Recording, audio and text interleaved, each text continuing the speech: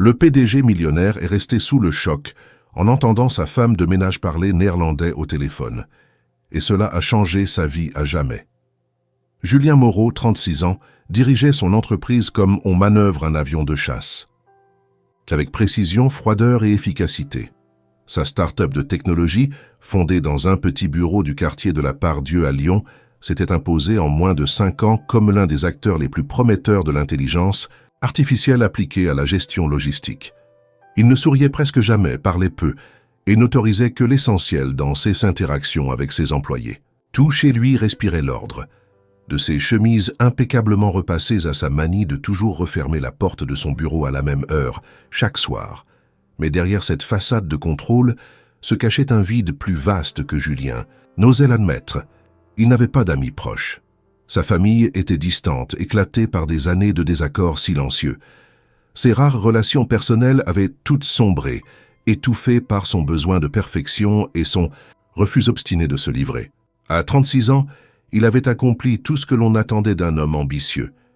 Et pourtant, en se regardant dans le miroir chaque matin, il n'y voyait qu'un inconnu. À l'autre extrémité de son univers, dans les couloirs silencieux de l'entreprise après minuit, Zoé Van Dyke poussait son chariot de nettoyage. 28 ans, discrète au point de devenir presque invisible, elle travaillait 6 nuits par semaine pour assurer les soins de sa mère malade, hospitalisée dans un établissement public à Villeurbanne. Zoé n'avait pas de collègues, pas de conversations légères à la machine à café. Elle entrait et sortait sans bruit, nettoyant chaque bureau avec minutie, effaçant toute trace de vie diurne comme si elle n'avait jamais existé. Ce qui frappait chez elle, pour ceux qui prenaient le temps de l'écouter, ce qui n'arrivait pratiquement jamais, c'était son français impeccable. Aucune faute, aucune hésitation.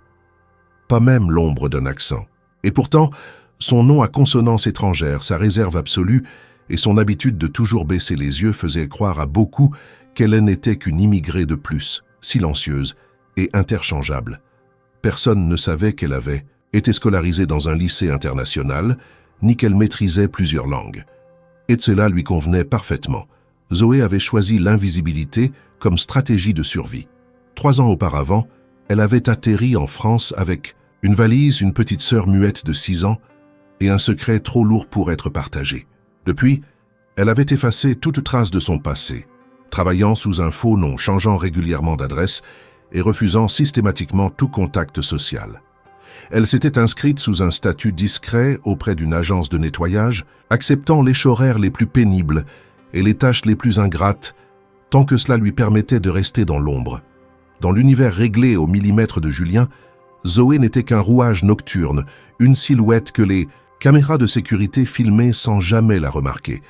Il ne connaissait même pas son prénom. Elle, de son côté, avait entendu parler de lui comme on parle d'un mythe. Certains employés le craignaient, d'autres l'admiraient. Mais tous savaient qu'il ne tolérait ni faiblesse ni familiarité. Et pourtant, sans que l'un ou l'autre ne le sache encore, un détail insignifiant allait bouleverser cet équilibre. Glacial. Un mot, une langue, un simple fragment de vérité échappé par erreur, suffirait à faire basculer 2 existences. Julien, muré dans sa logique, allait se heurter à un mystère qu'il ne saurait ignorer. Zoé, repliée dans sa fuite, allait découvrir qu'on ne peut pas éternellement échapper à soi-même. Ce soir-là, Lyon était baigné d'une pluie fine et continue. Les bureaux étaient vides depuis 2 heures, et seules les lumières automatiques s'allumaient parfois au passage discret de Zoé. Dans son bureau au dernier étage, Julien corrigeait les derniers détails d'un rapport destiné à un investisseur canadien. Il ne savait pas encore qu'en descendant chercher un café, une chose infime, presque banale, allait tout changer. Julien descendait les escaliers en colimaçon qui reliaient son bureau au rez-de-chaussée. L'ascenseur était hors service ce soir-là, détail technique qui l'avait exaspéré quelques heures plus tôt, mais qu'il avait fini par accepter dans un soupir résigné. Il avait besoin d'un café fort, noir, sans sucre. Son esprit était alourdi par les chiffres, les projections et les clauses contractuelles. En franchissant le couloir menant à la salle de pause, il n'imaginait pas un instant que quelque chose d'inhabituel allait interrompre la routine méticuleuse qu'ils imposaient depuis des années. La porte de la salle était entr'ouverte, et une lumière douce filtrait à travers la cloison vitrée. Julien s'arrêta net en entendant une voix. Ce n'était pas une voix enregistrée ni un fond musical quelconque. C'était une voix réelle, vivante, qui résonnait avec une intensité peu commune. Il allait pousser la porte quand il reconnut la langue. Ce n'était ni du français, ni de l'anglais. Le timbre était fluide, rapide, chargé d'émotion, du néerlandais sans l'ombre d'un doute. Il avait vécu 1 an à Amsterdam dans sa jeunesse, et même s'il n'en comprenait que des bribes, la sonorité était familière. Intrigué, il recula d'un pas, préférant écouter sans se montrer. Il n'avait jamais entendu personne parler. Cette langue, dans ces locaux, encore moins à une heure aussi tardive. Il colla son dos au mur froid et ferma les yeux pour mieux saisir l'échange. Ce qu'il entendait n'était pas une conversation banale. Il y avait une tension palpable dans la voix féminine, autoritaire, précise, presque militaire. Elle parlait vite, interrompant parfois son interlocuteur, visiblement agacé ou pressé. Il ne comprenait pas les mots exacts, mais l'intonation parlait d'elle-même. Il y avait une urgence, peut-être même un danger. Puis le silence, le souffle court. Et soudain, une voix qu'il connaissait, mais qu'il n'aurait jamais associée à cette langue, ni à ce ton. Zoé, la femme de ménage.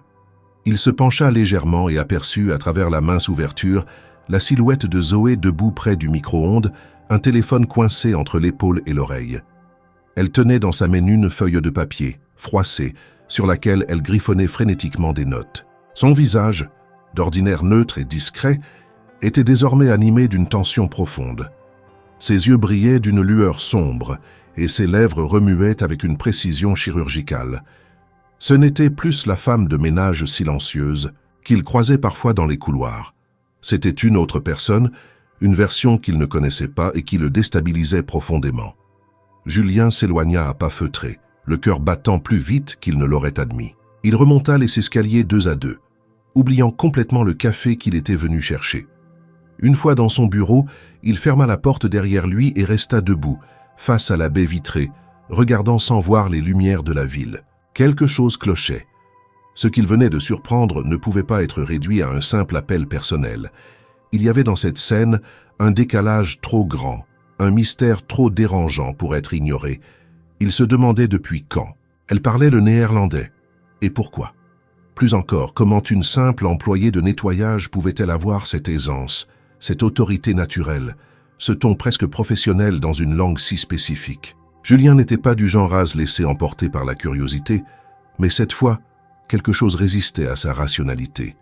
Il y avait là une anomalie, une énigme, et il détestait les énigmes sans solution. Il alluma son ordinateur et consulta le registre du personnel. Nom, Zoé Van Dyke, nationalité, française. Aucune autre information pertinente. Juste une adresse, un numéro de sécurité sociale et une note indiquant qu'elle avait été recrutée par une agence externe.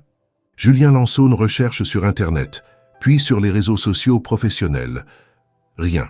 Aucun profil, aucun passé, aucune trace avant son arrivée à Lyon il y avait un peu plus de 3 ans. C'était comme si elle n'avait jamais existé. Avant cette date, il essaya de se convaincre que ce n'était qu'une coïncidence, que la scène qui l'avait surprise n'avait pas de signification particulière. Peut-être avait-elle simplement appris le néerlandais par intérêt personnel. Peut-être venait-elle d'une famille bilingue. Mais cette hypothèse ne suffisait pas à calmer l'agitation qui l'envahissait. Ce n'était pas simplement une affaire de langue.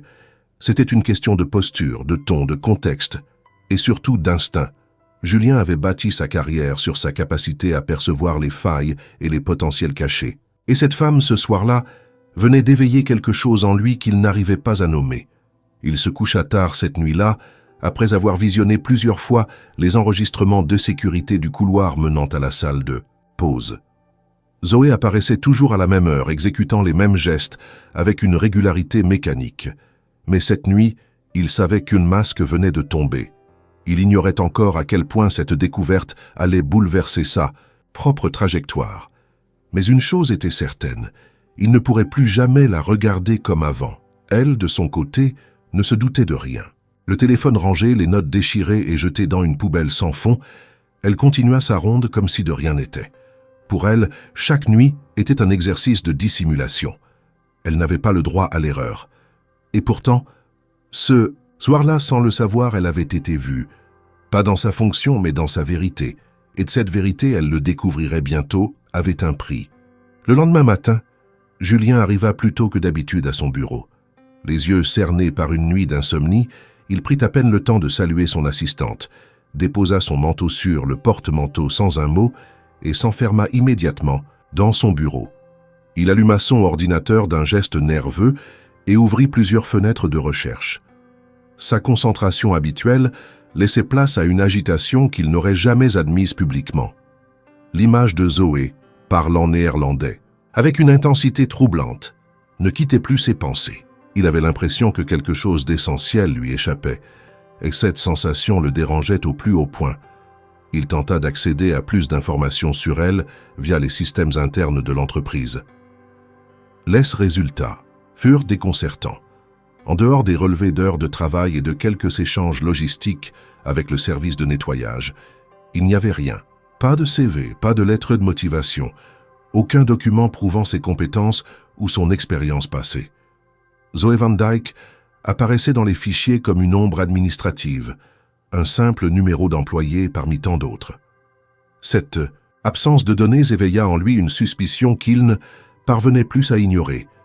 Julien élargit alors ses recherches à des bases de données plus vastes. Il interrogea des annuaires professionnels, des archives en ligne, des registres publics et même les bases universitaires à travers l'Europe. Rien, aucune trace d'une Zoé Van Dyke ayant étudié, travaillé ou résidé ailleurs que dans les environs de Lyon au cours des 3 dernières années. Il consulta les réseaux sociaux, passant au crible les profils avec le même nom, les croisant avec les critères qu'il connaissait, l'âge approximatif, la langue, la ville. Tous les résultats s'épuisaient sans donner le moindre indice concret. Plus il cherchait, plus l'absence d'information devenait un message en soi. Une personne avec une telle maîtrise du néerlandais, capable de s'exprimer avec autant de précision, n'était pas une autodidacte anonyme. Il y avait un passé, quelque chose de formel, de professionnel, derrière cette compétence. Julien connaissait le monde du travail assez bien pour savoir qu'un tel niveau de langue ne s'acquérait pas par loisir ou accident. Zoé avait été formée. Elle avait vécu dans un environnement exigeant, et pourtant tout cela avait disparu. Il consulta alors les caméras de sécurité interne des jours précédents. Il observa ses déplacements, ses routines, les lieux où elle faisait des pauses, ses habitudes. Tout chez elle respirait la discrétion extrême. Elle évitait les couloirs principaux, n'utilisait jamais son téléphone dans les zones surveillées, ne restait jamais plus de 2 minutes au même endroit. C'était comme si elle anticipait chaque angle mort, chaque zone non couverte par la vidéosurveillance. Ce niveau de vigilance que Julien interpréta d'abord comme de la paranoïa lui parut soudain presque militaire. Zoé n'était pas simplement prudente, elle se cachait. Dans les jours qui suivirent, Julien se mit à l'observer de manière plus directe, bien que toujours discrète. Il restait parfois dans son bureau tard dans la nuit, feignant de travailler, simplement pour la voir passer. Il prit note de ses gestes, de ses poses, de la manière dont elle réajustait les objets sur les bureaux avec une précision maniaque. Elle ne remarqua rien. Du moins, c'est ce qu'il croyait. À aucun moment elle ne le regarda dans les yeux. À aucun moment elle ne sembla consciente de l'attention qu'il lui portait. Cela ne fit qu'accentuer son trouble. Il ne savait pas encore pourquoi cette situation l'obsédait autant. Était-ce la surprise d'avoir mal jugé une personne qu'il croyait transparente? Était-ce la révélation d'une compétence dissimulée, d'un potentiel inexploité sous son propre toit? Ou bien était-ce autre chose, de plus personnel, de plus intime? Julien se méfiait de ses émotions. Il avait appris à les smuceler, à les enterrer sous des strates de logique et de rationalité. Mais quelque chose en lui commençait à se fissurer. À la fin de cette même semaine, il prit une décision qu'il aurait lui-même qualifiée d'irraisonnée. Il demanda à son service de sécurité une extraction complète des archives d'entrée et sortie de tous les employés de l'agence de nettoyage des 6 derniers mois. Officiellement, il évoqua une procédure de vérification suite à une perte d'équipement. Officieusement, il ne voulait qu'une chose, traquer le moindre détail inhabituel lié à Zoé. Et Hélène trouva un soir de janvier, elle avait quitté les lieux à 2 heures du matin, bien après la fin de son service, sans justification. Ce n'était arrivé qu'une seule fois, mais l'anomalie était là. Julien traça ce déplacement, jusqu'à une station de métro fermée à 7 heures. Pourquoi s'y était-elle rendue? Que faisait-elle dehors à une heure aussi inhabituelle? Cela ne collait pas avec son profil, ni avec sa rigueur apparente. Ce déplacement, isolé mais hors norme, devint pour lui la première pièce d'un puzzle plus vaste.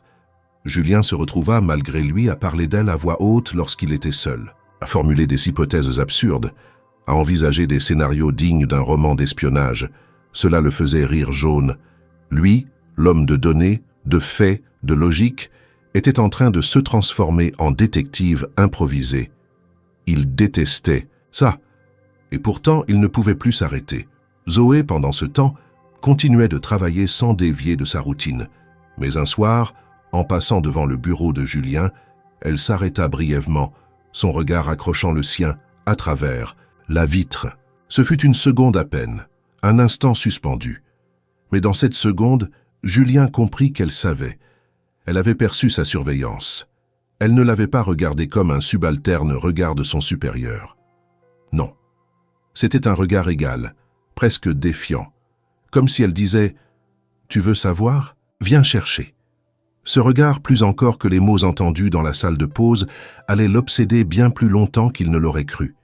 Et il était loin d'imaginer que ce jeu silencieux n'en était encore qu'à ses débuts. Julien avait atteint un point où sa curiosité ne pouvait plus être contenue par la simple observation. Ce qui l'avait surpris, ce qu'il avait ensuite découvert, ou plutôt ce qu'il n'avait pas réussi à découvrir, formait un ensemble, trop incohérent pour rester sans réponse. Il devait comprendre. Non pas pour satisfaire un caprice ou une lubie momentanée, mais parce que, contre toute logique, la présence de Zoé et le mystère qu'elle incarnait commençaient à troubler son équilibre intérieur. Il ne pouvait plus se concentrer sur ce dossier. Ses réunions perdaient de leur intérêt, et même les appels de ses investisseurs semblèrent le déranger plus qu'à l'accoutumée. Il décida alors d'aller au-delà de l'investigation passive et tenta une approche directe mais subtile. Le premier soir de sa tentative, il attendit que Zoé finisse de nettoyer le 2e étage. Il sortit de son bureau au moment précis où elle passait dans le couloir. Il fit mine d'être surpris, la salua poliment, puis engagea une conversation anodine sur l'éclairage défectueux d'une salle de réunion. Zoé répondit avec le strict minimum de courtoisie, baissant légèrement la tête, évitant tout contact prolongé du regard. Julien saisit l'occasion pour poser une question plus personnelle, dissimulée dans un ton détaché. « Vous avez un accent remarquable, presque académique. Vous avez étudié en France ?» Elle leva brièvement les yeux, surprise, puis répondit d'un ton neutre « J'ai grandi ici ». Et elle poursuivit sa marche sans attendre une réaction. Julien comprit alors qu'il venait de franchir une limite invisible. Les soirs suivants, il tenta d'autres approches. Une remarque sur la météo, une question sur les horaires de nettoyage, un commentaire sur la complexité de certaines langues. À chaque fois, Zoé restait polie, mais sa réserve devenait de plus en plus marquée. Elle se contentait de réponses brèves, presque mécaniques, puis s'éloignait. Julien sentit une barrière s'ériger entre eux, plus forte à chaque tentative, qu'il avait l'impression de manipuler un mécanisme fragile, prêt à se briser au moindre faux mouvement. Un vendredi soir, il décida de l'attendre à la sortie du bâtiment. Il espérait que, hors du contexte professionnel, elle se sentirait moins sur la défensive. Lorsqu'elle apparut, portant son manteau gris élimé et une écharpe en laine nouée à la hâte, il s'approcha doucement. « Zoé ?» Elle sursauta légèrement en entendant son prénom, puis se figea. Julien leva les mains en signe d'apaisement. « Je ne veux pas vous déranger, c'est juste que vous semblez différente. Je voulais savoir si tout allait bien. » Elle le fixa un instant, ses yeux voilés par une méfiance glaciale. « Je fais simplement mon travail, monsieur Moreau. Je ne suis pas ici pour être différente ou intéressante. » Il tenta alors une phrase plus directe. « Vous parliez néerlandais l'autre soir. Couramment, cela m'a interpellé. Ce fut une erreur. » Le regard de Zoé changea aussitôt. Son visage se ferma comme un rideau de fer. Elle recula d'un pas, sa voix plus froide que jamais. « Je ne sais pas de quoi vous parlez. Bonne soirée. » Et elle s'éloigna sans se retourner. Le lundi suivant, Julien fut informé par l'agence de nettoyage que Zoé avait demandé à être transférée vers un autre site. Il reçut l'information comme un coup de massue. Elle voulait fuir. Elle sentait le danger, et ce danger, c'était lui. Il se rendit compte, avec un mélange de culpabilité et de frustration, qu'il avait franchi une ligne rouge. Il n'était plus un observateur curieux. Il était devenu un intrus. Zoé avait réagi avec la précision de quelqu'un qui connaissait les conséquences de l'exposition. Elle n'avait pas seulement été dérangée, elle avait été menacée dans sa routine, soigneusement construite. Julien contacta l'agence pour empêcher le transfert, prétextant une nécessité opérationnelle. L'argument fonctionna, mais il savait que cela ne suffisait pas à réparer la méfiance désormais installée. Zoé continuerait à travailler, mais à distance, plus silencieuse, plus insaisissable que jamais. Il avait gâché une opportunité de gagner sa confiance, et il le savait. Il passa les jours suivants à se demander pourquoi cela le touchait autant. Était-ce la frustration de ne pas percer un mystère, ou était-ce autre chose de plus personnel, plus profond? Il repensa à son propre passé, au silence de son père, au regard fuyant de sa mère, au non-dit qui avait formé la trame de son enfance. Il reconnaissait cette posture chez Zoé, le besoin de disparaître pour survivre. Cela le hantait, car cela faisait écho à ses propres blessures, enfouies mais jamais guéries. Il ne savait pas comment, mais il ressentait une connexion inexplicable avec elle, comme si leur solitude respective se reconnaissait à distance. Et pourtant, il était désormais tenu à l'écart.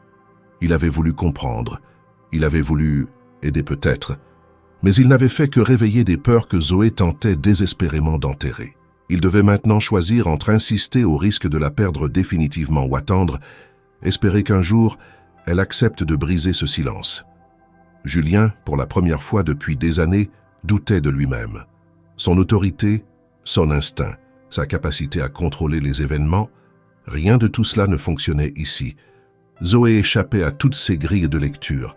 Elle n'était pas une énigme à résoudre, mais une personne blessée qui protégeait farouchement son droit à l'oubli. Et cela, il ne pouvait l'ignorer plus longtemps.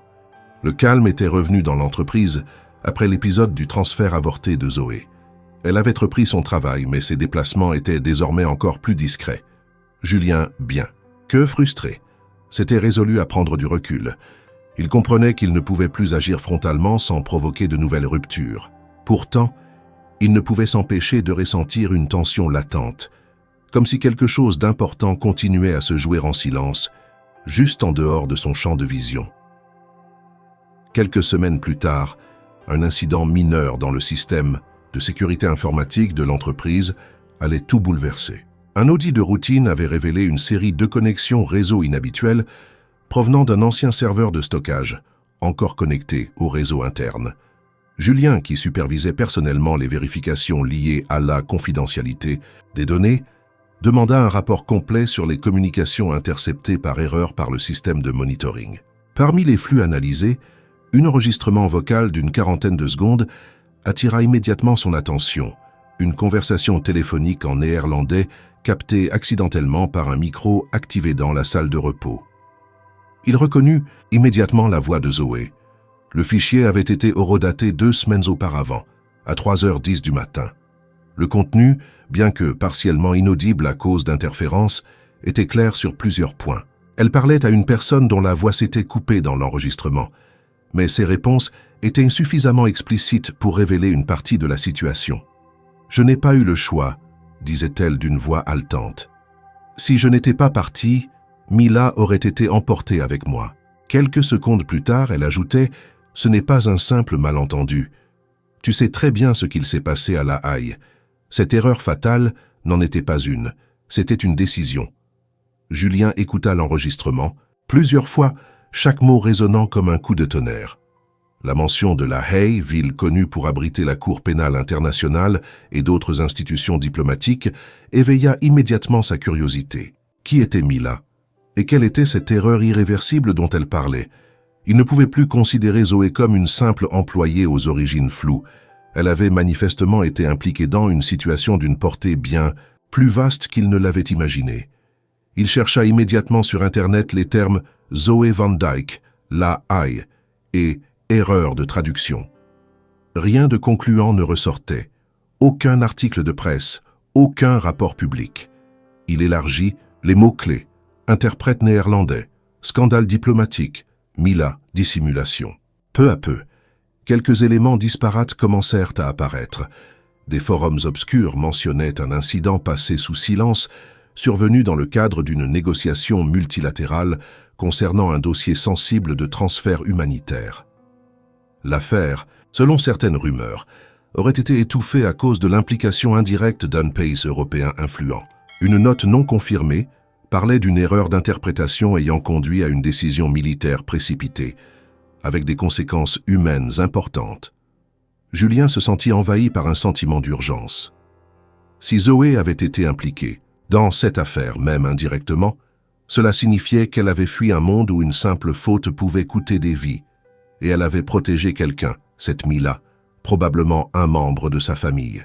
Il ne s'agissait plus d'un simple secret personnel, mais d'un exil forcé dicté par la peur de représailles.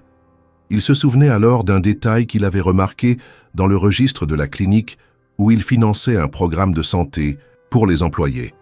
Le nom Van Dyke figurait dans une fiche de prise en charge pour une patiente hospitalisée sous surveillance respiratoire constante. Il se rendit sur place, prétendant effectuer une visite de routine liée à son mécénat. À l'accueil, il réussit à consulter discrètement les informations essentielles. La patiente, Madame Annelie Van Dyke, mère de Zoé, avait été admise il y avait 3 ans, suite à une décompensation sévère liée à un stress post-traumatique. Aucun autre membre de la famille n'était mentionné, sauf une personne mineure notée comme en charge de l'accompagnement psychologique. Aucun nom ne figurait, mais Julien comprit.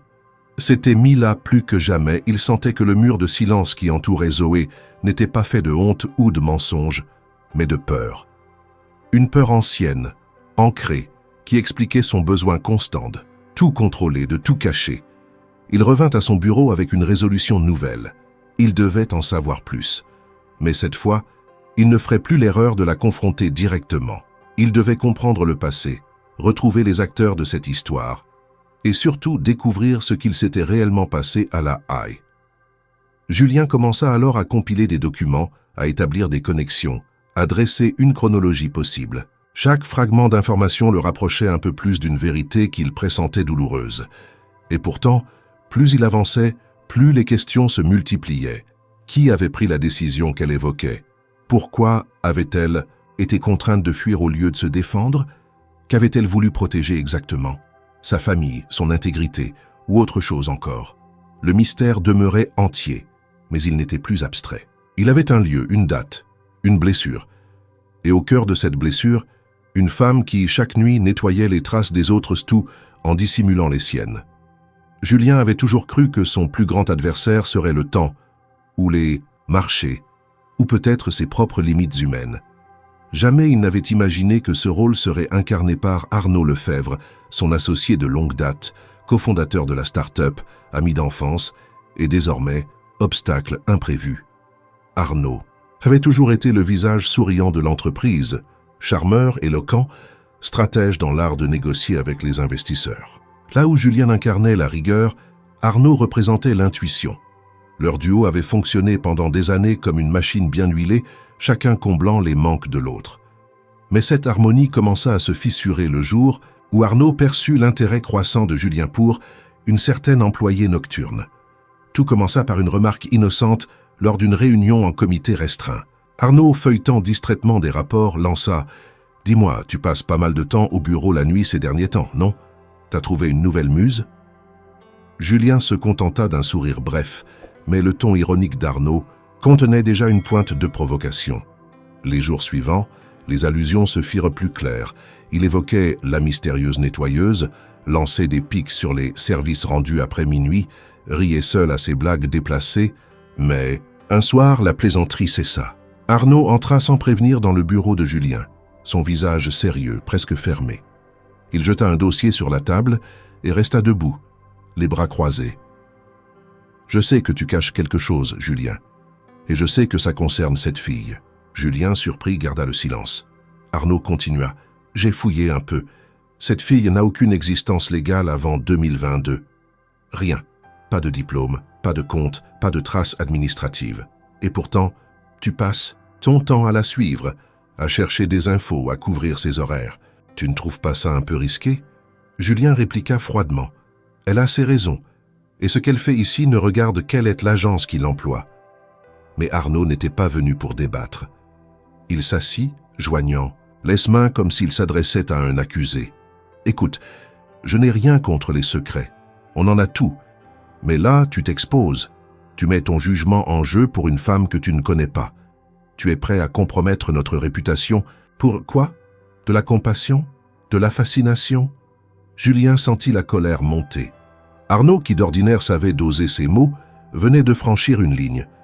Mais ce dernier n'avait pas terminé. Il sortit un document de son sac, une copie d'un formulaire transmis à la préfecture, indiquant une suspicion d'identité frauduleuse. « Si tu ne mets pas fin à ce cirque, je m'en chargerai, pour protéger la boîte. Tu sais comme moi ce qu'un scandale peut coûter à une levée de fonds. » Julien, stupéfait, lut le papier. Arnaud avait réellement dénoncé Zoé. Il avait alerté les autorités sur la présence possible d'une personne en situation irrégulière dans les locaux sans en informer son propre associé. C'était une trahison, un acte froid, calculé, cruel. Julien comprit alors que cette affaire, que son obsession, que ses tentatives de percer le mystère de Zoé avaient réveillé en Arnaud une peur profonde, celle de perdre le contrôle. Arnaud ne supportait pas l'idée que Julien puisse diriger son attention ailleurs, vers un élément extérieur, à leur monde parfaitement construit. Julien tenta d'intervenir. Il contacta immédiatement l'agence de nettoyage, chercha à savoir si Zoé avait été approchée par la police, envoya un message anonyme à l'adresse email qu'il avait déduite à partir de ses recherches, lui recommandant de se tenir éloigné de l'entreprise pendant quelques jours. Il resta sans nouvelles pendant 2 jours entiers. Le 3e soir, elle ne se présenta pas au travail. L'agence le confirma. Elle avait appelé pour dire qu'elle prenait une pause indéterminée pour des raisons personnelles. Julien sentit le poids de son impuissance. Il avait tenté de comprendre, de protéger, mais ce geste avait contribué à mettre Zoé en danger. Pire encore, il avait réveillé l'hostilité d'un homme qu'il pensait être un allié. Arnaud, en dénonçant Zoé, n'agissait pas seulement pour protéger l'entreprise. Il voulait aussi prouver à Julien qu'il ne pouvait pas sortir du cadre, qu'il ne pouvait pas dévier sans conséquence. C'était une guerre d'influence, silencieuse mais brutale. Dans les jours suivants, Julien tenta d'effacer les traces de la dénonciation. Il fit pression sur un contact à la préfecture pour ralentir toute procédure en cours, invoqua une erreur administrative, un malentendu sur l'identité. Il s'enfonça dans un réseau d'actions semi-légales, de manipulation, discrètes, tout cela pour gagner du temps, pour éviter que Zoé ne soit retrouvée avant qu'il ne puisse la prévenir. Mais plus il luttait, plus il réalisait que le système dans lequel elle s'était réfugiée était fragile. Un mot de travers, un document mal classé, et elle risquait l'expulsion, l'interrogatoire, voire pire. Julien, pour la première fois de sa vie, décida de ne pas obéir à la logique. Il ne pensa ni aux investisseurs, ni à sa réputation, ni à la rentabilité.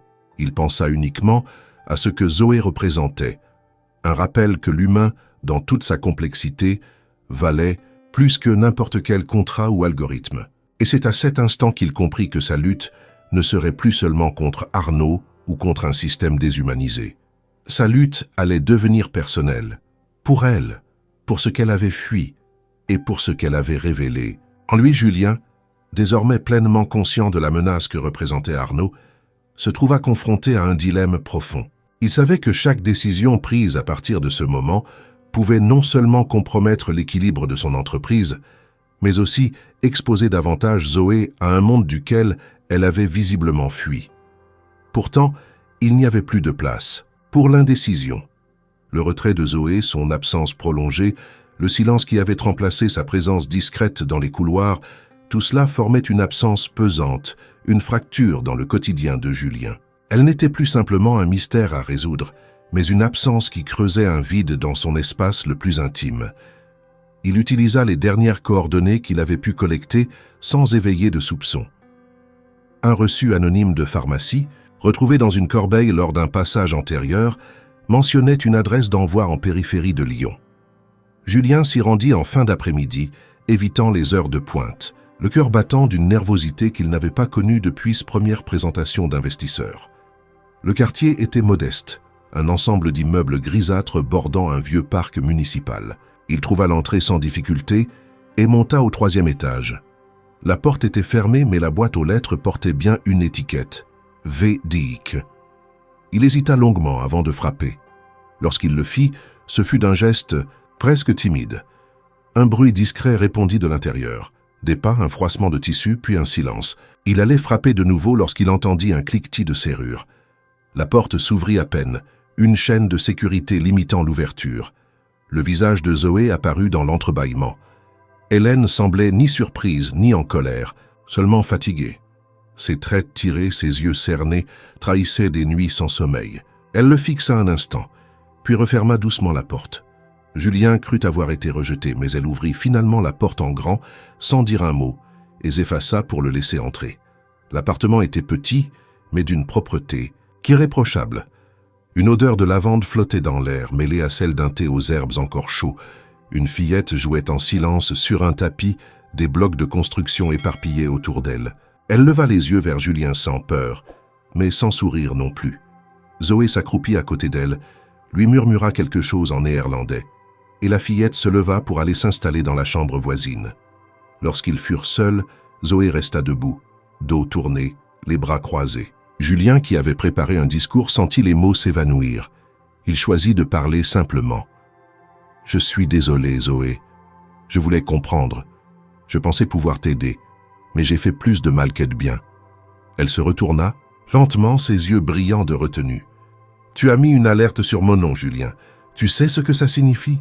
Tu sais ce que ça m'a coûté? » Il acquiesça. « Ce n'était pas moi, c'était Arnaud, mais je n'ai pas su t'en protéger à temps. » Il y eut un silence lourd. Puis, contre toute attente, Zoé s'assit. Elle lui fit signe de faire de même. Elle parla longuement. Pour la première fois, elle partagea une partie de son passé. Elle avait été interprète pour une organisation internationale basée à La Haye, spécialisée dans la négociation d'accords de rapatriement humanitaire. Sa mission la plus sensible avait impliqué un convoi de réfugiés devant traverser une frontière sous haute tension. Lors d'une réunion cruciale, une interprétation ambiguë, volontaire ou non, elle n'en savait toujours rien, avait conduit à un ordre d'exécution immédiate par une milice locale. Plusieurs dizaines de morts. Elle, la voix officielle, avait été tenue responsable. L'interprète, le maillon que personne ne regarde, mais qui transmet les mots. Elle avait compris trop tard que les sans-jeu la dépassaient, et lorsque les menaces avaient commencé, elle avait fui. Mila, sa petite sœur, était alors une enfant silencieuse. Leur mère, déjà fragile, avait sombré dans une dépression sévère. Julien écoutait sans l'interrompre. Chaque mot qu'elle prononçait semblait peser une tonne. Lorsqu'elle eut terminé, elle ajouta simplement « Je vis pour payer les soins de ma mère, pour que Mila ait une chance d'avoir une vie normale. C'est tout. Je n'ai rien d'autre. » Julien sentit une vague d'admiration monter en lui, mêlée à une culpabilité sourde. Il avait tenté de décoder un mystère, sans mesurer la douleur qu'il remuait. Et pourtant, cette révélation n'éloigna pas son intérêt, elle le renforça. Il ne voyait plus en elle une femme fuyante mais une survivante, une combattante silencieuse, quelqu'un qui portait sur ses épaules plus que ce que la plupart des gens auraient pu supporter. Il se leva. « Je veux réparer ce que j'ai brisé, pas pour soulager ma conscience, mais parce que je crois que tu mérites mieux que la peur. » Et Mila aussi. Elle le regarda longuement puis hocha la tête, pas en signe d'acceptation, mais comme pour reconnaître qu'il avait entendu, qu'il avait vu. Julien repartit ce soir-là sans autre promesse, mais il savait que quelque chose venait de changer. Un pacte tacite s'était formé. Elle l'avait laissé entrer un peu, et lui, pour la première fois depuis des années, avait trouvé une cause pour laquelle il était prêt à se battre, même si cela signifiait remettre toute sa vie en question. Les séductifs. Jour suivant, cette première confession entre Zoé et Julien s'installèrent dans un étrange équilibre. Elle ne le contactait pas, mais ne l'évitait plus. Lorsqu'il venait au petit appartement du quartier périphérique, il apportait souvent quelque chose pour Mila, un livre, un jeu éducatif, un dessert maison qu'il avait maladroitement tenté de préparer lui-même. Mila l'accueillait avec une curiosité silencieuse, tandis que Zoé restait toujours vigilante mais moins distante. Julien ne posait plus de questions, se contentant d'offrir sa présence, son aide, et, peu à peu, un début de confiance s'installa entre eux. Ce fragile apaisement aurait pu durer, mais la réalité, comme souvent, revint frapper sans prévenir. Un matin de printemps, Julien reçut un appel urgent de son assistante alors qu'il était en rendez-vous extérieur. Elle l'informa que des agents de l'administration de l'immigration étaient venus au siège de l'entreprise, munis d'un mandat de vérification concernant une certaine Zoe Van Dyke. Julien sentit immédiatement la panique lui tordre les entrailles. Il se précipita vers son bureau, les pensées embrouillées, les mains tremblantes. Il savait qu'Arnaud était derrière cela. Malgré leur altercation passée, il n'avait pas abandonné sa croisade. Il avait laissé le temps jouer contre Zoé. Et maintenant, il utilisait la machine administrative comme une arme. À son arrivée, il apprit que Zoé n'était pas au travail cette nuit-là. Elle avait appelé l'agence pour dire qu'elle ne se sentait pas bien et un remplaçant avait été envoyé. Les agents avaient interrogé le personnel, demandé des registres, analysé les badges d'entrée. Julien tenta de minimiser l'affaire, jouant la carte du malentendu, invoquant une erreur sur l'identité. Mais il savait que l'engrenage avait commencé à tourner. Zoé était désormais une cible active du système. Ce n'était plus une rumeur, une suspicion. C'était une procédure formelle. Il quitta l'entreprise immédiatement et se rendit à l'appartement de Zoé. Il frappa à la porte plusieurs fois. Rien, pas de lumière, aucun bruit. Il tenta d'appeler, envoya des messages, mais reçut uniquement le silence en retour. Il fit le tour du bâtiment, interrogea la concierge, mais personne ne l'avait vu depuis la veille. Une voisine lui dit qu'elle avait entendu des bruits de valises tôt le matin. Julien comprit alors. Elle était partie. Il rentra chez lui en proie à une agitation incontrôlable. Il fouilla tous les documents qu'il avait, tous les indices laissés derrière elle. Il trouva un numéro griffonné sur une serviette, celui d'une clinique qu'elle avait mentionné en passant, sans jamais y aller ouvertement avec lui. Il appela, prétextant un rendez-vous pour un proche. On lui répondit que Madame Van Dyke, la mère, avait été transférée dans un autre établissement spécialisé, pour raisons logistiques et administratives. Le dossier, selon la secrétaire, était désormais sous surveillance, une demande expresse de la famille. Julien comprit que Zoé avait préparé sa fuite bien avant l'arrivée des autorités. Elle avait tout anticipé. Il ressentit un mélange de douleur et de respect. Elle n'avait fait confiance à personne, pas même à lui, malgré ses tentatives sincères. Elle avait agi comme elle l'avait toujours fait, seule, en repliant le peu de stabilité qu'elle avait reconstruite, en emportant sa sœur dans une nouvelle fuite. Elle reprenait le chemin du silence. Mais Julien, cette fois, n'était plus l'homme passif d'autrefois. Il ne voulait pas la perdre à nouveau, et surtout, il ne voulait pas qu'elle vive éternellement dans la peur. Il rassembla tout ce qu'il avait appris, tous les fragments du passé, les notes, les pistes. Il devait la retrouver, non pas pour satisfaire son besoin de comprendre, mais pour lui rendre ce qu'on lui avait volé, la possibilité de vivre sans, se cacher. Mais les obstacles ne faisaient que commencer. Arnaud intensifia sa pression au sein de l'entreprise. Il insinua que Julien, désormais instable, risquait de mettre en péril leur prochain cycle de financement. Il s'appuya sur des documents, des horaires modifiés, des dépenses anormales, toutes liées à la protection discrète que Julien avait tenté d'offrir à Zoé. Il évoqua même un possible conflit d'intérêts auprès du conseil de direction. Julien, jusque-là maître absolu de son univers, se retrouvait isolé. Certains collègues, autrefois loyaux, prenaient leur distance. Les regards changeaient. Les couloirs, autrefois silencieux, devenaient des lieux de murmures. Julien comprit que s'il voulait continuer, il devait renoncer à une part de ce qu'il avait construit. Il n'était plus question de sauver sa position, ni de préserver les apparences. Il devait choisir l'illusion du pouvoir ou la vérité. Et la vérité, désormais, avait le visage de Zoé, disparu quelque part dans la ville, traqué par les systèmes qu'il avait lui-même appris à manipuler. Le déséquilibre était total. Il n'avait aucun moyen légal de la retrouver. Il ne pouvait plus compter sur ses contacts officiels. Il devait utiliser d'autres ressources, plus informelles, plus risquées. Mais il était prêt. Le soir même, il retourna à l'ancien immeuble, grimpa sur le toit et contempla la ville sous les lumières orangées du crépuscule. Il pensa à Zoé, à Mila, à cette scène où elle lui avait dit que tout ce qu'elle faisait, c'était pour sa famille. Il se jura qu'il ne la laisserait pas affronter seule ce qui venait. Il irait jusqu'au bout, même si cela signifiait rompre ses alliances, perdre son entreprise, affronter son passé. Il irait jusqu'au bout, parce qu'elle avait été forcée de tout quitter pour protéger les siens, et que lui, pour la première fois, avait quelque chose à défendre qui ne se calculait pas en part de marché ou en courbe de croissance. Zoé n'était plus un mystère à résoudre, mais une vérité à défendre. Julien ne pouvait se permettre de rester dans l'incertitude. Depuis la disparition de Zoé, ses nuits étaient devenues des marathons de recherche, d'appels codés, d'exploration dans l'estréfond numérique. Il réactiva d'anciens contacts, notamment un ancien camarade de Sciences Po devenu journaliste d'investigation, habitué à travailler sur des dossiers sensibles, souvent censurés ou volontairement oubliés. En lui transmettant les bribes d'informations qu'il avait sur Zoé, Julien déclencha une cascade de révélations dont il n'avait pas anticipé la portée. Le journaliste, après quelques jours de silence, lui envoya un message chiffré. « J'ai trouvé quelque chose. Rencontre à 20h, parking de la place des Célestins. » Julien s'y rendit sans hésiter. Dans la voiture garée à l'écart, son ancien ami déposa sur le siège passager un dossier épais, jauni sur les bords. « Ce que tu cherches n'est pas dans les journaux. C'est dans les archives que les rédactions n'ont pas osé publier.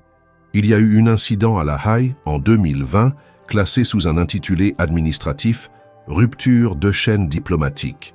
Julien lut les documents avec une avidité fiévreuse. Une interprète néerlandaise avait effectivement été liée à une opération de rapatriement qui avait mal tourné. Officiellement, c'était une erreur de coordination. Officieusement, le rapport révélait qu'une traduction erronée, intentionnelle ou non, avait déclenché une offensive contre un camp temporairement sécurisé. La voix qui avait transmis l'ordre était la sienne. Zoé Van Dyke. Le rapport mentionnait également un élément étouffé. L'interprète avait tenté d'alerter l'ambassade locale sur la mauvaise compréhension des termes, mais l'avertissement avait été ignoré, balayé par les enjeux politiques du moment. Julien sentit une nausée monter. Elle avait tenté d'empêcher le drame. Elle avait agi. Mais personne n'avait écouté.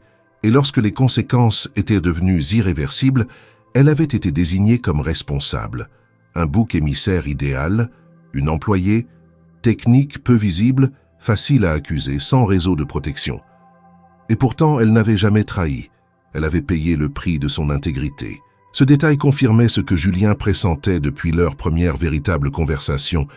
Zoé n'était pas coupable, elle était sacrifiée. Il continua à lire. Un nom revint à plusieurs reprises. Mila.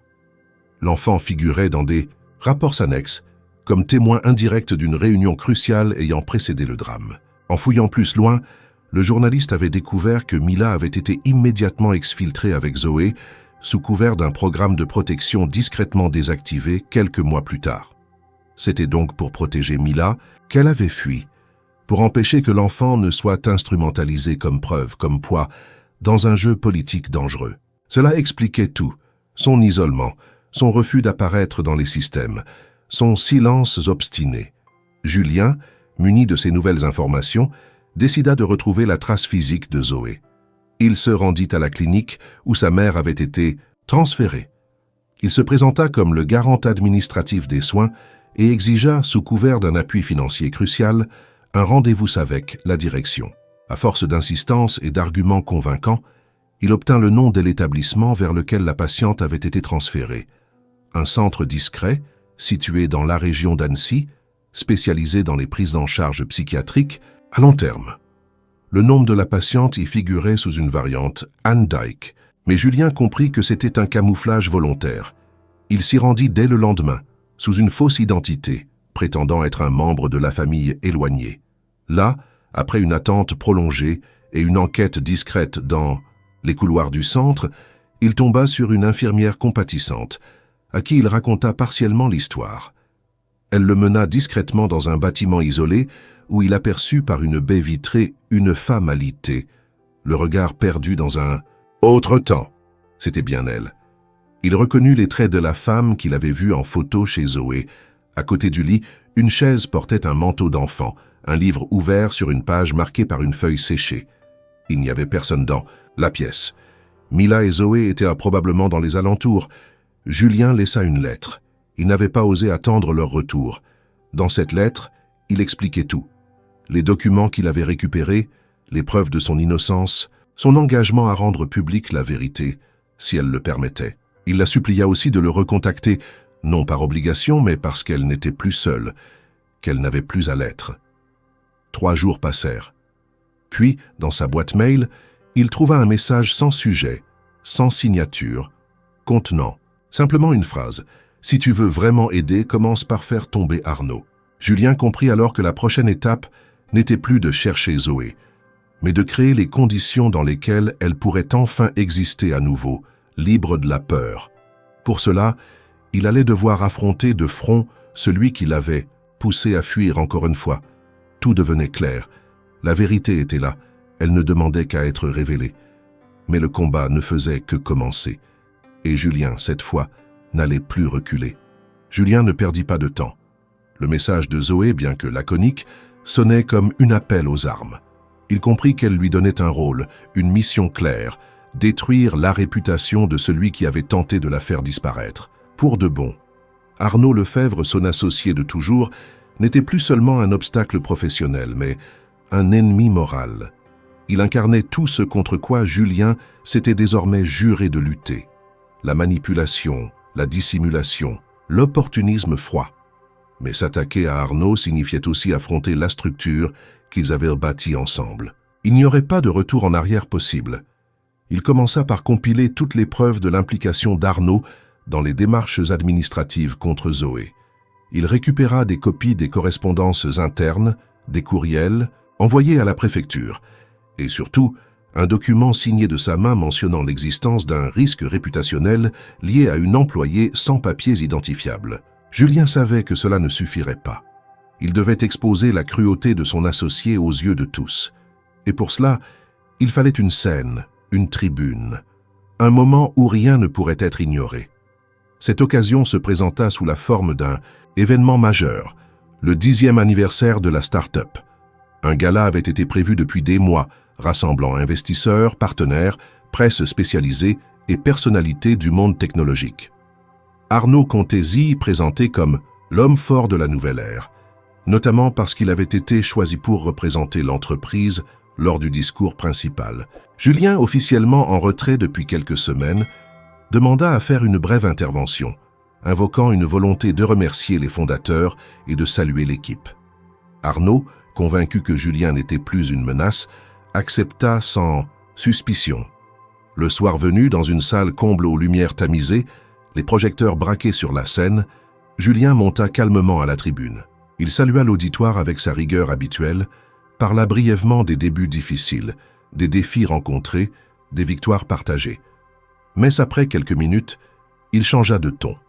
Il prit une pause, laissa le silence s'installer, puis annonça d'une voix nette « Il y a une vérité que je ne peux plus taire, une vérité qui concerne notre entreprise, nos valeurs et la manière dont nous traitons les personnes qui travaillent dans l'ombre. » Les regards se croisèrent dans la salle, les murmures commencèrent. Julien poursuivit « Une femme dont le travail n'a jamais été reconnu publiquement, a été traquée, menacée, réduite au silence par peur de ternir notre image. Cette femme s'appelle Zoé Van Dyke. Elle a été victime d'une machination que j'ai découverte trop tard. Aujourd'hui, je tiens à lui demander pardon publiquement et à exposer ceux qui ont voulu la détruire pour protéger leur position. » Il sortit alors une série de documents de sa veste qu'il transmit à un collaborateur chargé de laisse, projeté sur écran géant. Le nom d'Arnaud apparaissait en en-tête de plusieurs lettres, accompagné de phrases équivoques. Duck doit être traité rapidement avant que cela ne devienne un scandale. Rien ne prouve son droit à rester ici. Mieux vaut alerter les autorités avant qu'un journaliste fouille. Les preuves étaient irréfutables. Arnaud, assis au premier. Rang Blémit, il se leva d'un bond, tenta d'interrompre, mais la salle était figée. Les caméras filmaient, les téléphones enregistraient. Julien, sans se démonter, ajouta « Cette entreprise a été fondée sur la confiance. Mais je ne peux plus rester associé à quelqu'un qui confond protection de la marque avec persécution. À partir de ce soir, je me retire de cette direction et je consacre mes ressources à faire éclater la vérité sur ce que Zoé a réellement vécu. » Un silence lourd suivit, puis quelques applaudissements, puis une vague plus large. Les médias, déjà présents, se ruèrent sur l'affaire. Dès le lendemain, des titres éclataient. Scandale à Lyon Tech, une employée invisible devenue symbole. Zoé Van Dyke, la voix sacrifiée d'un échec diplomatique européen. Un patron quitte tout pour rétablir la vérité. Mais le plus puissant des échos vint d'ailleurs. L'histoire de Zoé, relayée dans plusieurs langues, attira l'attention d'anciens collègues, d'anciens diplomates, d'organisations de défense des droits humains. Des témoignages commencèrent à affluer, des documents oubliés furent exhumés, et surtout, un procureur européen décida de rouvrir officieusement le dossier de La Haye, motivé par la médiatisation soudaine du cas. Zoé, protégée par son anonymat, observait tout cela à distance, d'abord avec peur, puis avec incrédulité, et enfin avec un commencement d'espoir. Julien, de son côté, avait perdu ses fonctions, sa position, mais avait gagné une clarté qu'il n'avait jamais connue. Il était devenu l'allié qu'il aurait aimé être depuis le début. Le système qu'il avait contribué à construire l'avait rejeté, mais une autre vérité, plus vaste, s'était ouverte à lui. Et cette vérité portait un nom, un regard, une voix qu'il ne laisserait plus jamais être étouffée. Les jours suivant la dénonciation publique d'Arnaud provoquèrent une onde de choc que même Julien n'avait pas anticipée dans toute son ampleur. L'histoire de Zoé Van Dyck, traductrice sacrifiée d'un scandale diplomatique enterré, fit rapidement le tour de l'Europe. Les grands médias, d'abord prudents, flairèrent le potentiel explosif de l'affaire.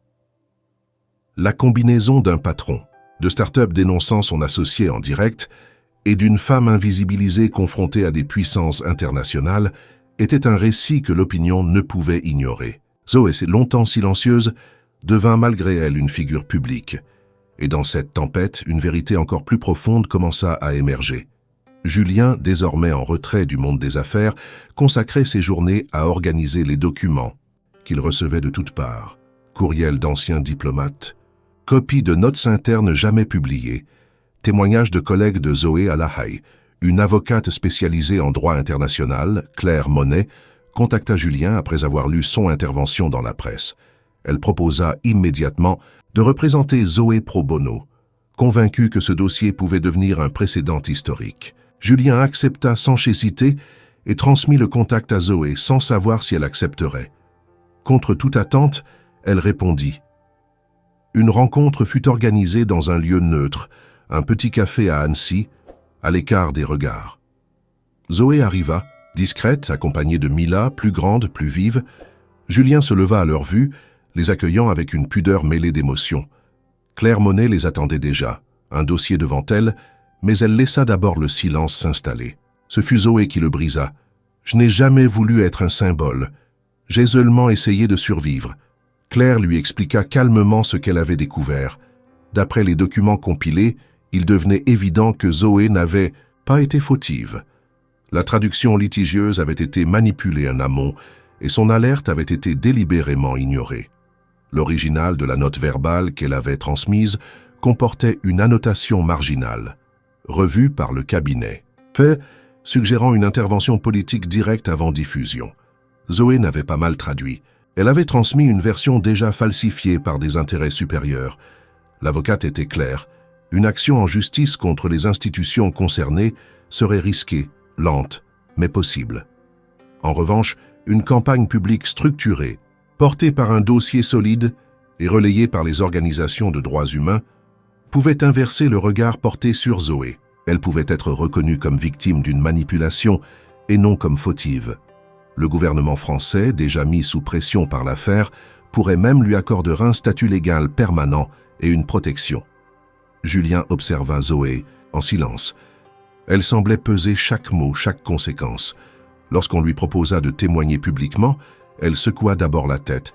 « Et si Mila en souffre? Et si cela recommence ?» Julien répondit avec une gravité nouvelle. « Ce sera différent. Parce que cette fois, tu ne seras pas seul. » Elle demanda du temps. Et durant ces jours d'attente, Julien assista à un retournement médiatique aussi imprévu que puissant. Une ancienne collègue de Zoé, une interprète italienne, publia une lettre ouverte dans un journal de Rome, expliquant comment Zoé avait été empêchée de s'expliquer à l'époque. Un diplomate néerlandais à la retraite révéla anonymement que plusieurs notes internes avaient été détruites à la demande d'un conseiller spécial en mission d'urgence. L'affaire, jusque-là centrée sur la figure de Zoé, devenait un symptôme plus large d'une diplomatie défaillante. Finalement, Zoé accepta de témoigner, mais à ses conditions. Elle ne voulait pas apparaître à la télévision ni donner d'interview en direct.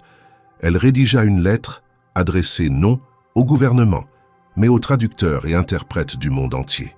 Un appel à la reconnaissance du rôle essentiel, et souvent ignoré, de ces professionnels de l'ombre à qui l'on demande d'être invisibles, neutres, mais à qui on fait porter des décisions qui dépassent leur mandat. La lettre, publiée dans plusieurs langues, fit l'effet d'un manifeste. Des associations professionnelles prirent position. Une pétition internationale demanda officiellement la révision de son dossier. Le gouvernement français, par l'intermédiaire du ministère de la Justice, lui proposa un statut de protection renforcé, garantissant non seulement son droit de séjour, mais aussi l'effacement administratif des soupçons pesant sur elle. Mais la proposition de Julien, celle de travailler à ses côtés sur un nouveau projet d'intégration sociale utilisant les langues et la technologie, elle la refusa, du moins dans un premier temps. « Je te suis reconnaissante, mais je dois faire quelque chose à ma manière, pour moi, pour Mila. » Il ne s'y opposa pas. Au contraire, il ressentit une admiration encore plus grande pour cette femme qui, au lieu de capitaliser sur le soutien soudain qu'elle recevait, choisissait de se reconstruire sur des bases lentes, solides, profondes. Il comprit alors que l'histoire qu'ils se partageaient n'était pas celle d'un sauveur et d'une rescapée, mais celle de deux êtres scabossés ayant appris à se relever différemment. Zoé reprenait sa vie en main, et Julien, en la regardant marcher loin de lui ce soir-là, comprit que la distance qu'elle maintenait n'était pas un refus. C'était un espace pour respirer, pour devenir, et cela valait plus que toutes les réponses du monde. Les mois passèrent. L'affaire Zoé Van Dyke cessa peu à peu d'occuper les gros titres, mais elle laissa une empreinte durable dans les cercles qui comptaient. Dans les écoles de traduction, son témoignage faisait désormais partie des lectures recommandées. Plusieurs organisations internationales révisèrent discrètement leurs protocoles de traitement des informations transmises par les interprètes. Une conférence fut même organisée à Genève, réunissant juristes, diplomates et professionnels du langage, avec pour thème la voie intermédiaire, responsabilité, neutralité et pouvoir des interprètes en zone de conflit. Zoé, fidèle à son refus de toute exposition publique, n'y apparut pas. Mais sa lettre y fut lue en ouverture, sous les applaudissements sincères d'une salle debout. Pendant ce temps, dans un quartier modeste de Lyon, une transformation plus discrète prenait forme. Un local commercial fermé depuis des années, coincé entre une boulangerie et une pharmacie, rouvrait ses portes. Pas avec fanfare ni ruban coupé, juste une affiche manuscrite sur la vitrine, Centre Lexis, langue, écoute, intégration, solidarité. C'était le projet de Zoé Julien. Bien qu'il n'en fût pas le fondateur officiel, avait financé discrètement les premiers mois de loyer, les travaux de réhabilitation, les frais administratifs. Mais il s'était gardé d'intervenir dans les décisions. Ce lieu, c'était celui de Zoé.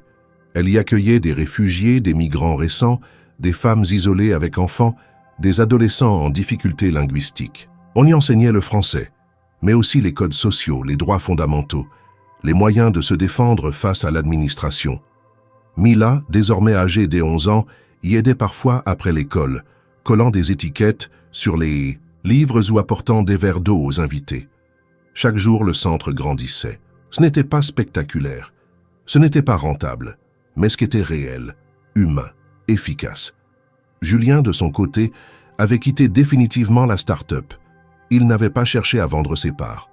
Il les avait transférées à un fonds solidaire, chargé de financer des projets éducatifs et sociaux.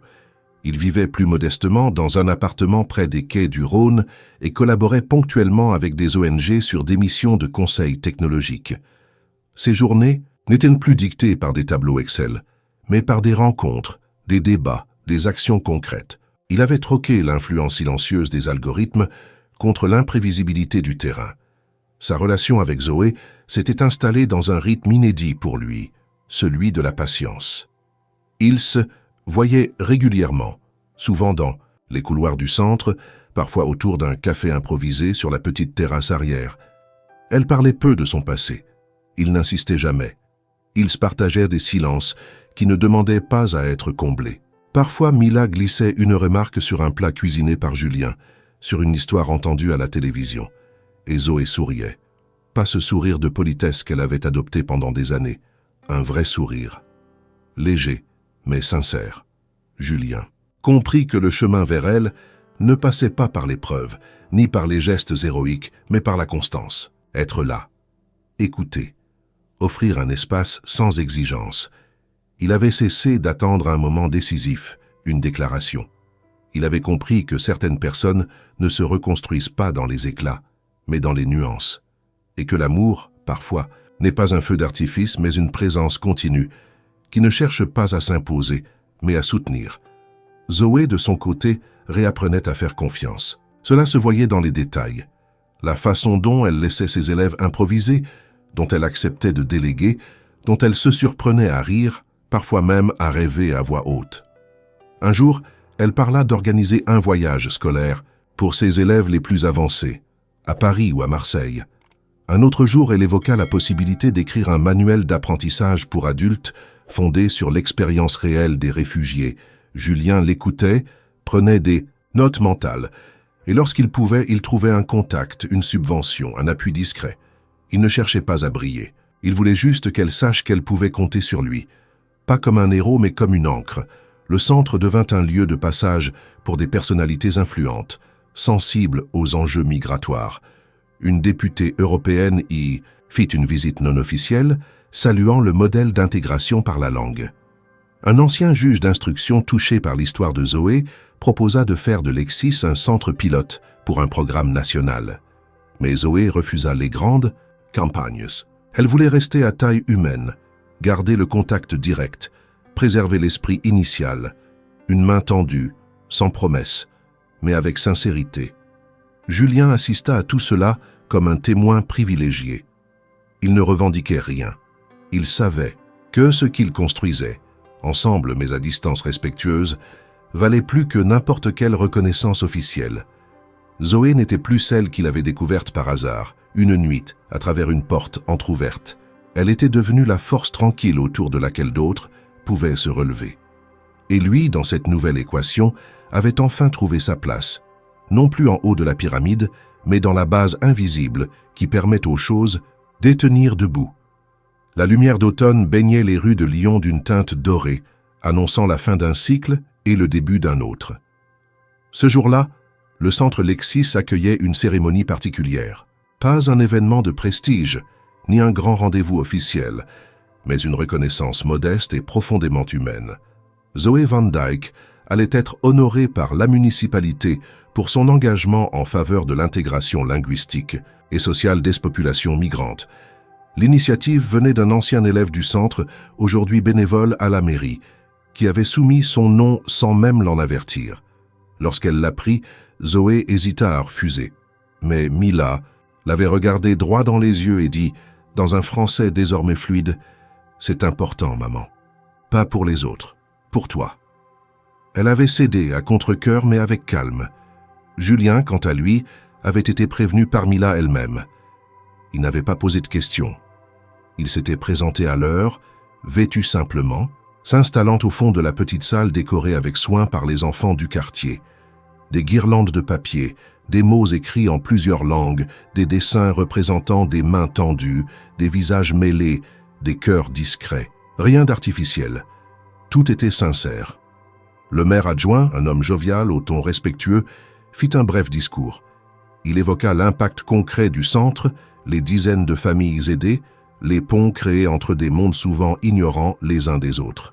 Puis il appela Zoé, qui monta lentement sur la petite estrade improvisée, vêtue d'une blouse bleu foncé, les cheveux relevés en un chignon simple.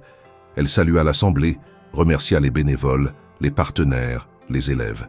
Et lorsqu'elle prit la parole, un silence total s'installa. Pendant longtemps, j'ai cru que disparaître était la seule manière de survivre. J'ai vécu dans l'ombre, j'ai appris à effacer mes traces, à ne pas attirer l'attention. Ce centre n'est pas né d'un rêve, mais d'un besoin.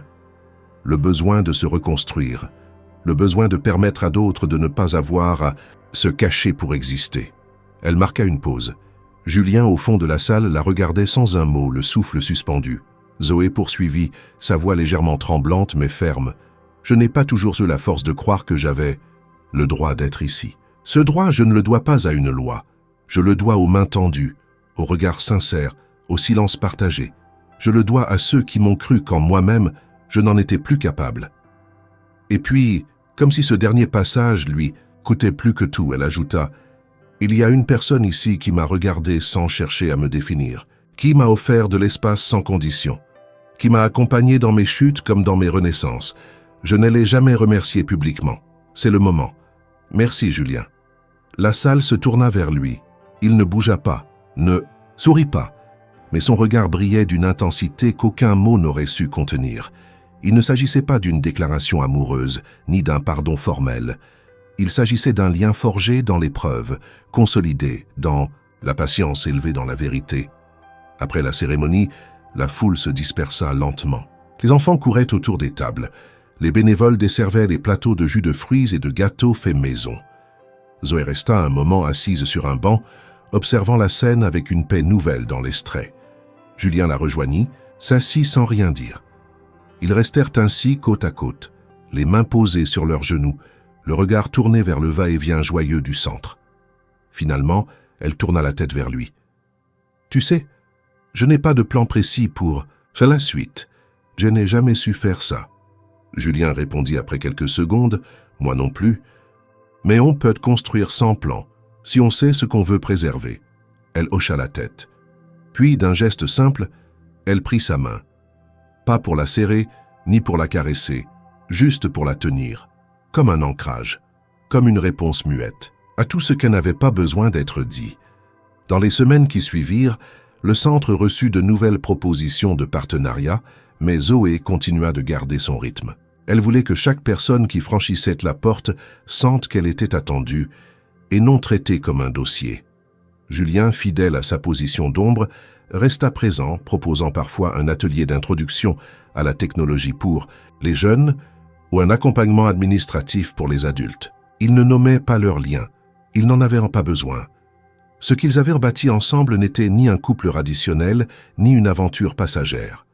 C'était une alliance de résilience et de respect. Un jour, Mila demanda à Julien pourquoi il venait toujours aider sans jamais prendre la parole comme les autres intervenants. Il lui répondit avec un clin d'œil discret, parce que parfois, écouter suffit pour changer une vie. Et c'est ainsi que se conclut cette histoire. Une histoire née d'un malentendu, révélée par une langue étrangère, éprouvée par les systèmes, sauvée par l'humanité. Une histoire où la vérité n'a pas éclaté comme un coup de tonnerre, mais s'est imposée lentement, patiemment, jusqu'à s'enraciner dans les gestes du quotidien. Zoé n'était plus une ombre, Julien n'était plus un homme vide. Et ensemble, sans jamais l'avoir planifié, ils avaient interdéfini ce que signifie reconstruire, non pas en oubliant, mais en intégrant chaque fragment de ce qui avait été brisé.